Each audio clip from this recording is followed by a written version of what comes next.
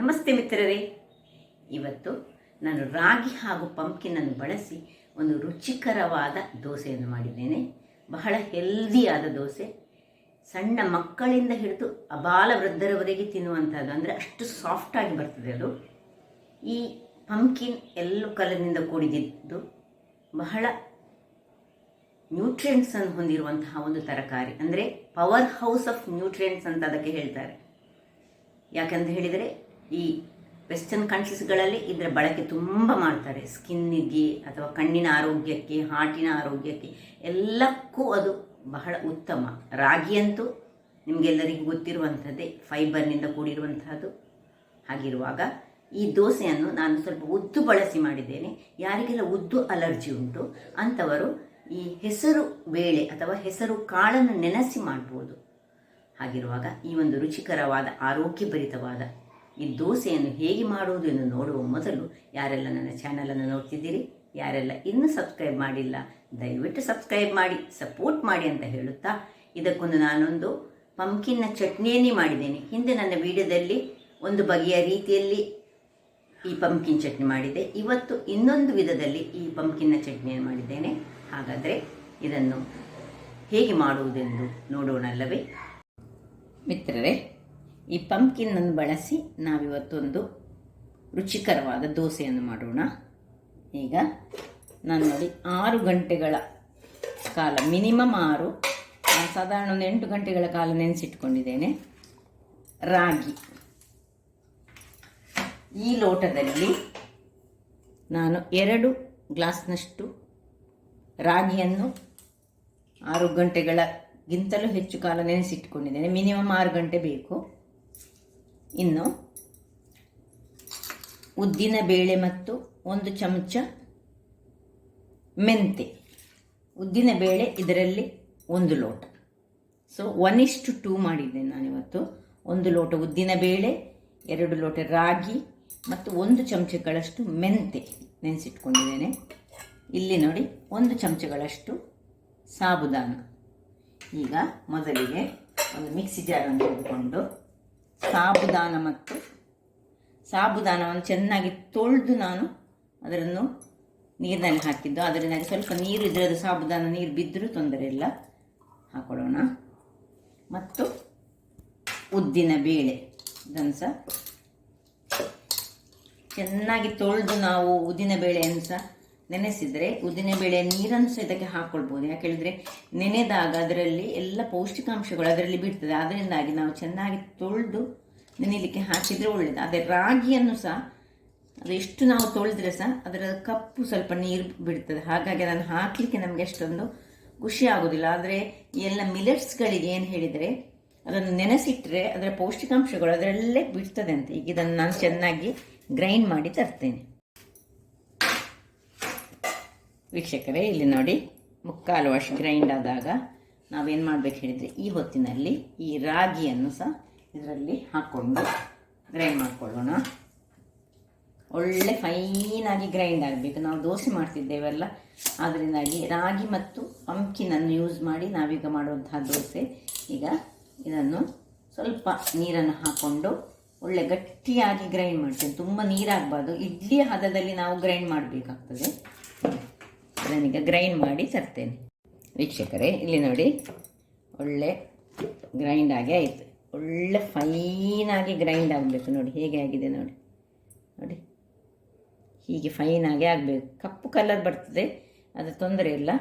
ಕಪ್ಪು colour ಬಂದಷ್ಟು ನಮಗೆ ಒಳ್ಳೆಯದು. ಯಾಕೆ ಹೇಳಿದರೆ ಕ್ಯಾಲ್ಶಿಯಂನಿಂದ ತುಂಬಿದಂತಹ ರಾಗಿ ಈ ಗಂಟು ನೋವಿದ್ದವರಿಗೆಲ್ಲ ಬಹಳ ಒಳ್ಳೆಯದೇ ಅಂತ ಹೇಳ್ತೇನೆ ನಾನು. ಈ ಮಿಲೆಟ್ಸ್ಗಳು, ರಾಗಿ ಪ್ರತಿಯೊಬ್ಬರಿಗೆ ಸಹ ಒಂದು ಅತ್ಯುತ್ತಮ ಆಹಾರ, ಮಕ್ಕಳಿಂದ ಹಿಡಿದು ಅಬಾಲ ವೃದ್ಧರವರೆಗೆ. ನೋಡಿ, ಇದನ್ನೊಂದು ಒಳ್ಳೆ ಡ್ರೈ ಆದ ಪಾತ್ರೆಗೆ ನಾನು ಇದನ್ನು ಶಿಫ್ಟ್ ಮಾಡಿಕೊಡ್ತಿದ್ದೇನೆ. ಸ್ವಲ್ಪ ಮಿಕ್ಸಿ ತೊಳೆದ ನೀರನ್ನು ಹಾಕ್ತೇನೆ. ಯಾಕೆ ಹೇಳಿದರೆ ಇದು ತುಂಬ ನೀರಾಗಬಾರ್ದು. ವೀಕ್ಷಕರೇ ನೋಡಿ, ಇಷ್ಟು ನೋಡಿ ದಪ್ಪವೇ ಉಂಟು. ಇನ್ನು ಸ್ವಲ್ಪ ಈ ಒಂದು ಮಿಕ್ಸಿಗೆ ನೋಡಿ ಇಲ್ಲಿ ನೀರನ್ನು ಹಾಕ್ಕೊಂಡು ನಾನು ಸ್ವಲ್ಪವೇ ಸ್ವಲ್ಪ, ಯಾಕೆ ಹೇಳಿದರೆ ಮಿಕ್ಸಿಯಲ್ಲಿರೋದು ಸ್ವಲ್ಪ ತೆಗೆದುಕೊಳ್ಳುವ ಹೇಳಿ, ತುಂಬ ನೀರು ಮಾಡಿಕೊಳ್ಳಿಕ್ಕಿಲ್ಲ. ನಾಳೆ ಬೆಳಿಗ್ಗೆಗೆ ನಮಗೆ ಅದು ಮತ್ತೆ ನಾವು ಹದ ಮಾಡಿಕೊಳ್ಳೋದು ನಾಳೆ ಬೆಳಿಗ್ಗೆ.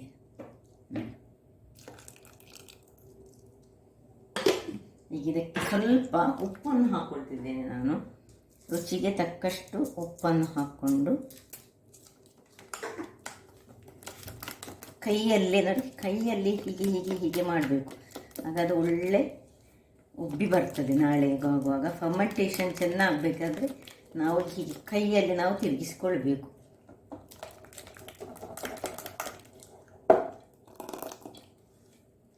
ಹೀಗೆ ಮಾಡಿದರೆ ಸಹ ಒಳ್ಳೆಯದು. ಆ್ಯಕ್ಚುಲಿ ಹೀಗೆ ಮಾಡಿದರೆ ಫರ್ಮೆಂಟೇಷನ್ ಚೆನ್ನಾಗಿ ಬರ್ತದೆ. ಹೆಚ್ಚಾಗಿ ಈ ಚಳಿ ಪ್ರದೇಶದಲ್ಲಿ ವಾಸಿಸುವವರು ಈ ಫರ್ಮೆಂಟೇಷನ್ ಅವರಿಗೆ ಆಗೋದಿಲ್ಲ ಅಂತೆ. ಆಗ ಹೀಗೆ ಹಿಟ್ಟನ್ನು ನೋಡಿ ಹೀಗೆ ಮಾಡಿದರೆ ಒಳ್ಳೆ ಫರ್ಮೆಂಟೇಷನ್ ಆಗ್ತದೆ.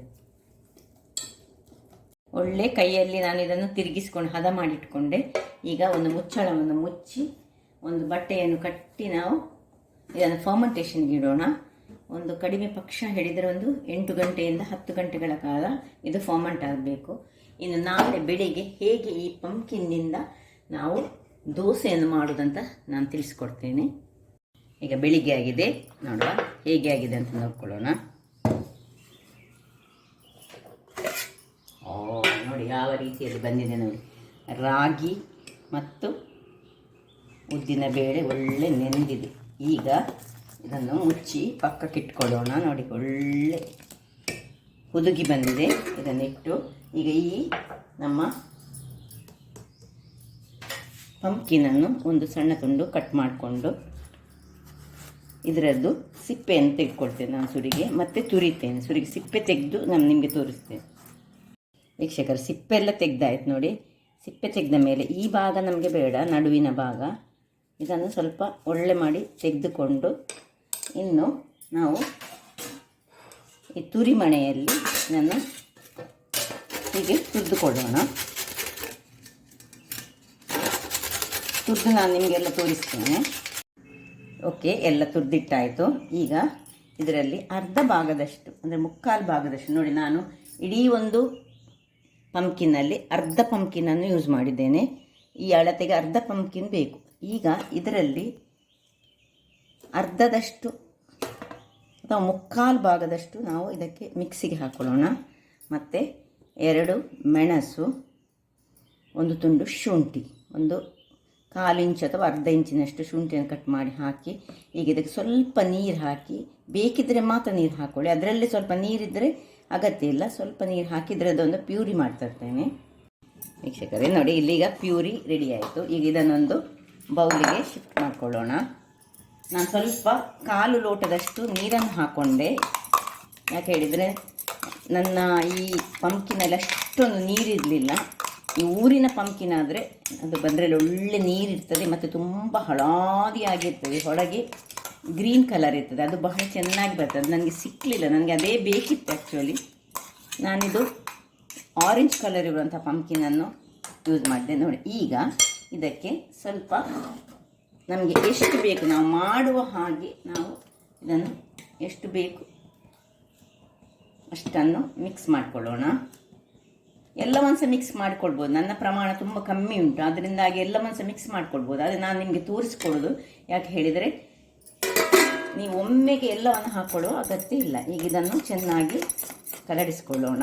ಇದಕ್ಕೆ ನಾನು ಹಿಂದೆ ಒಮ್ಮೆ ಒಂದು ಪಂಪ್ಕಿನ್ನ ಚಟ್ನಿಯನ್ನು ತೋರಿಸ್ಕೊಟ್ಟಿದ್ದೇನೆ.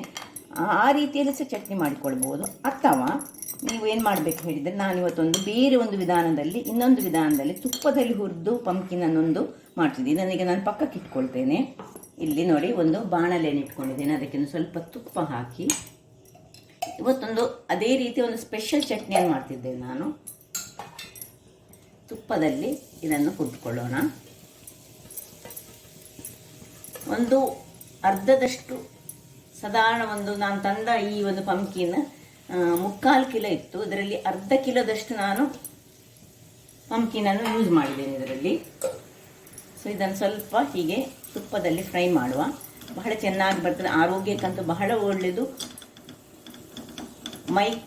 ಮುಖದ ಕಾಂತಿಯನ್ನು ಹೆಚ್ಚಿಸುವಂಥದ್ದು ಈ ಪಂಪ್ಕಿನ್ಗಳು, ಮತ್ತು ದೇಹವನ್ನು ಬಲಿಷ್ಠವಾಗಿ ಮಾಡ್ತದೆ. ಮಕ್ಕಳಿಗೆ ಕೊಟ್ಟರೆ ಬಹಳ ಉತ್ತಮ, ಕಣ್ಣಿನ ಆರೋಗ್ಯಕ್ಕೆ ಸಹ ಬಹಳ ಒಳ್ಳೆಯದು. ಹೀಗೆ ಫ್ರೈ ಮಾಡಿ, ಈಗ ಅದು ಫ್ರೈ ಆಗ್ತಾ ಇರುವಾಗಲೇ ನಾವು ನೋಡಿ ಈ ಪುಟಾಣಿ ಏನುಂಟು, ಪುಟಾಣಿಯನ್ನು ಹಾಕಿ ಮಾಡ್ತಿದ್ದೆ ನಾನು. ಪುಟಾಣಿಯನ್ನು ಹಾಕೊಳ್ಳೋಣ. ಪುಟಾಣಿ ಸಹ ಹಾಗೆ ಹೃದಯದ ಆರೋಗ್ಯಕ್ಕೆ ಬಹಳ ಉತ್ತಮ. ಯಾರಿಗೆಲ್ಲ ಹೃದಯದ ಕಾಯಿಲೆ ಉಂಟು ಅಂಥವರು ಈ ಪುಟಾಣಿಯನ್ನು ಸ್ವಲ್ಪ ಸ್ವಲ್ಪ ಯೂಸ್ ಮಾಡಬೇಕು. ಇದರಲ್ಲಿ ಹಾಕಿ ವೀಕ್ಷಕರೇ, ಇದಿಷ್ಟು ಫ್ರೈ ಆಗುವಾಗ ನಾವು ಎರಡು ಸಹ ತುಪ್ಪದಲ್ಲಿ ಒಳ್ಳೆ ಫ್ರೈ ಆಗಿದೆ. ಈಗ ಸ್ವಲ್ಪ ಕರಿಬೇವಿನ ಸೊಪ್ಪನ್ನು ಹಾಕೊಳ್ಳೋಣ ಇದಕ್ಕೆ. ಎಷ್ಟು ನಿಮಗೆ ಒಂದು ಎಸಳಿನಷ್ಟು ಸಾಕು. ಇದು ಸ್ವಲ್ಪ ತುಪ್ಪದಲ್ಲೇ ಫ್ರೈ ಆಗಬೇಕು. ತುಪ್ಪ ಒಂದೂವರೆ ಚಮಚದಷ್ಟು ತುಪ್ಪವನ್ನು ಹಾಕೊಂಡ್ರೆ ಬಹಳ ಒಳ್ಳೆಯದಾಗ್ತದೆ. ಸ್ವಲ್ಪ ಶುಂಠಿ ಹಾಕೊಳ್ಳೋಣ, 2 ಮೆಣಸು, ಇನ್ನು ಒಂದು ಬೆಳ್ಳುಳ್ಳಿ 2 ಸಣ್ಣದು, ಇಷ್ಟನ್ನು ಹಾಕಿ ಇದಕ್ಕೆ ಒಂದು 2 ಚಮಚದಷ್ಟು ತೆಂಗಿನ ತುರಿ ಇಷ್ಟನ್ನು ಹಾಕಿ ಇದನ್ನು ಈಗ ಆಫ್ ಮಾಡ್ಕೊಳ್ತಿದ್ದೇನೆ ನಾನು. ಇದರ ಚಟ್ನಿಯನ್ನು ನಾವು ತಯಾರಿಸೋಣ. ಇದಕ್ಕೆ ಚೂರು ಹುಳಿ ಬೇಕು. ಹುಳಿಯನ್ನು ಈಗ ಗ್ರೈಂಡ್ ಮಾಡುವಾಗ ಹಾಕ್ಕೊಳ್ತೇನೆ. ವೀಕ್ಷಕರೇ ನೋಡಿ, ಇಲ್ಲೀಗ ಇದು ತಣ್ಣಗಾಗಿದೆ. ಇದನ್ನು ಆಗ ಮಿಕ್ಸಿ ಮಾಡಿದಂತಹ ಪ್ಯೂರಿ ಮಾಡಿದಂತಹ ಇದರಲ್ಲಿ ಹಾಕ್ಕೊಂಡು ಇದಕ್ಕೆ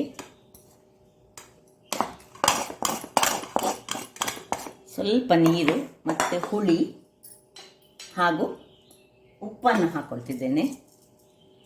ರುಚಿಗೆ ತಕ್ಕಷ್ಟು ಉಪ್ಪನ್ನು ಹಾಕಿ ಇದಕ್ಕೆ ಸ್ವಲ್ಪ ಬಿಸಿ ತಣ್ಣಗಾದ ನೀರನ್ನು ಹಾಕಿ ಇದನ್ನು ಗ್ರೈಂಡ್ ಮಾಡಿ ತರ್ತೇನೆ. ವೀಕ್ಷಕರೇ, ಇಲ್ಲಿ ನೋಡಿ ಒಳ್ಳೆ ರೆಡಿಯಾಗಿದೆ. ಗ್ರೀನ್ ಇವತ್ತು ನಾವು ಕರಿಬೇವು ಹಾಕಿದ್ದೇವೆ, ಹಾಗೆ ಅದಕ್ಕೆ ಯೆಲ್ಲೋ ಆ್ಯಂಡ್ ಗ್ರೀನಿನ 2 ಮಿಶ್ರಣವಾಗಿದೆ.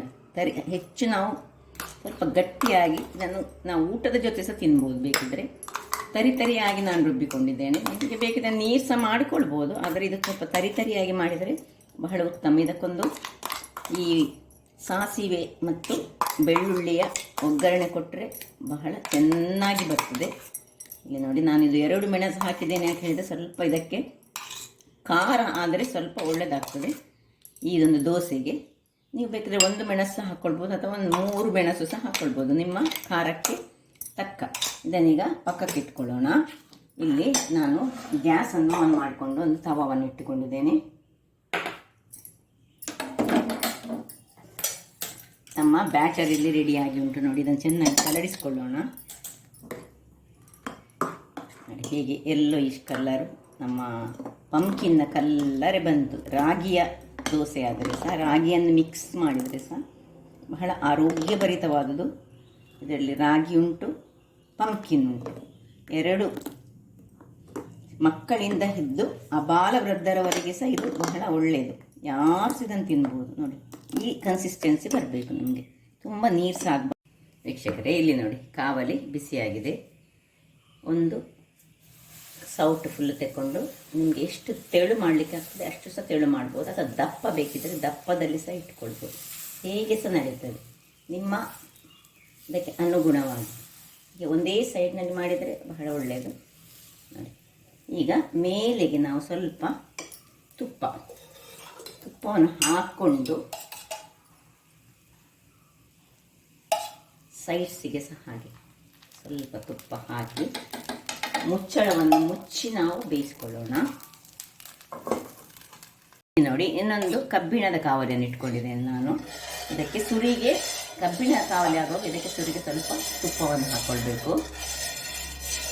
ಹಾಕ್ಕೊಂಡು ಅಡಿಗೆ ತುಪ್ಪ ಹಾಕಿ ಒಂದು